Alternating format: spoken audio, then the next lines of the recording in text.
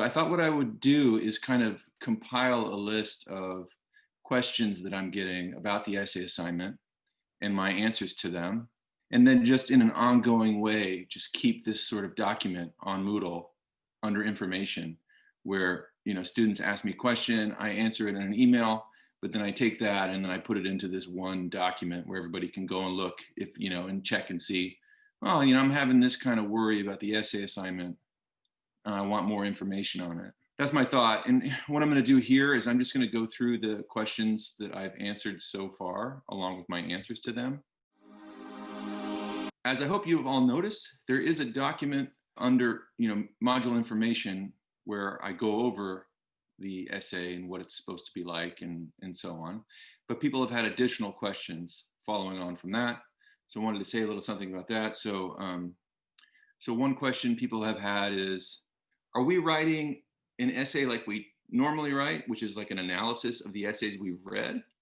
Or are we writing an essay like the ones we've read? It's very important that it's the latter. You're supposed to be writing something that's inspired by this genre. So you're supposed to be sort of trying to write something in the tradition of the essay inaugurated by Montaigne. So it's not this sort of boilerplate, type essay that you write for every single module you've ever taken. It's supposed to be, and that's explicitly on the assessment sheet. I say each essay should examine the issues bearing upon their chosen theme in the style of the essay invented by Montaigne. Note well, this is not your standard boilerplate thesis-driven essay that you're typically required to write. So you're writing in the genre that we're studying. You're not just writing a kind of book report about the essays you've read. What does it mean to present the case for a dangerous idea?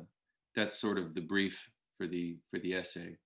So what does that mean, to present the case for a dangerous idea? Well, that's picking up on the sort of core theme of the module, and the idea is that all the essays that we have been reading have been doing that in one way or another. I mean, that's at least that's the subtext of this module. That's what these authors are doing. They're using the form of the essay as a means of social criticism, in the sense that they make the case for something that would disrupt the status quo. So it's dangerous in the sense that it's potentially disruptive to the normal way of doing business in society. So that's basically the idea. And so each essay we've read so far, hopefully people would agree, have made the case for a dangerous idea. I kind of went through the ones that we've read so far and gave my little gloss on what's the dangerous idea they've made a case for.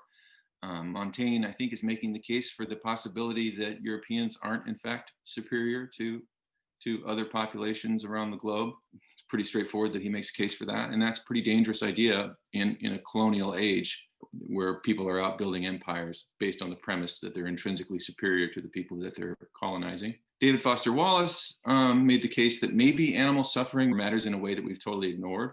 Maybe we're not entitled to treat animals as we see fit. That's a dangerous idea. It would disrupt the way we eat, right? the way that we produce food would be massively disrupted if we took that idea seriously. Thoreau made the case that maybe a government that tolerates slavery or some other major moral evil is illegitimate, and we should put our lives on the line to fight it. Pretty dangerous idea. It's been used to great effect throughout the history of political uprising. Wilde seems to make the case, I would say, that the true path to individualism is socialism, which is a pretty radical idea. And it's a dangerous one because I don't know if Wilde had this in mind in particular, but individualism is precisely the way socialism is usually shot down. I mean, that's what people hate about socialism, is that it treats everybody the same and tries to create the same sorts of outcomes for everyone. And it's like, man, there's no recognition of our individuality. And if Wilde is successful in disrupting that way of thinking about the construction of individualism, that would be a pretty dangerous idea. And then John Berger, what's the dangerous idea at work in this text? I don't know. I thought maybe something like that creationists and neo-Darwinists both have it wrong, and it's all much more complicated than most of us are prone to admit. And that sort of unsettling of our core assumptions about the way the world is. So the idea is that you should be doing something along the same lines, exploring an idea that is disruptive to the status quo in the way that these would be. It says on the assessment that you have to make meaningful reference to at least 5 of the works considered in the module. That's really important. If you don't do that, you're not really doing the assignment. So that I want you all to bear that in mind. So one person said, well, what does that mean? What does it mean to make meaningful reference to something? Well, it can mean a lot of things, but basically it means to demonstrate substantive engagement with and understanding of the text that you are making meaningful reference to. So there should be evidence in my reading of your essay that you have substantively, right, spent some time reading and engaging with the text, and that you've understood it and incorporated it into your own way of thinking. The best way to do that in an essay like this is to rely on their ideas to advance your own thinking. Show that the way you think about something was somehow shaped by the way they thought about that same thing or some related thing. So example I gave in response to my student email was, Gandhi and Martin Luther King taking up the idea of civil disobedience from Thoreau. That's an example of substantive engagement with and a deep understanding of, but also an appropriation and an original use of an idea from one of these texts. There is no movement inaugurated by the figure Gandhi without Thoreau, right? If he hadn't read that text on civil disobedience. He appropriated it, made it his own, used it in a totally original way. That's the sort of ideal of what to aim at. But there are lots of other ways to make meaningful reference to a text. You can make reference by allusion, kind of alluding to it in a way that's pleasant to read and entertaining for the reader. A digression, Montaigne makes reference to a lot of text by way of digression. Montaigne is beautiful to read because he kind of takes the tension out of it and alleviates the sort of pain of reading about difficult topics by entertaining you with these kind of gorgeous digressions. So you could use the essays that way as a kind of digression. Disagreement, you can sort of note that you're bouncing off a text by disagreeing with it, which would demonstrate substantive engagement with and understanding of that text. Dialectic is another way to do it. So you can show that there's a move that one of the authors that we've covered makes that you are then appropriated and bringing up into your own perspective, but synthesizing it, which is with something that from your perspective is a kind of higher perspective that encompasses that point of view, but also something novel. That's a kind of dialectical move that you can make with these essays. You can use it to just be evocative. Berger is a master of just these sort of evocative references to these different authors that he's read. He sort of drops them in his essay to kind of wake you up and to, elevate the spirit. So there's a lot of different ways to make meaningful reference to a text. One is to show how it shaped your thinking, but there's all these other ways too, and you can be creative about that. Does the essay have a set structure? No, I tried to make that clear in my first lecture, right? G.K. Chesterton says, there is no model essay.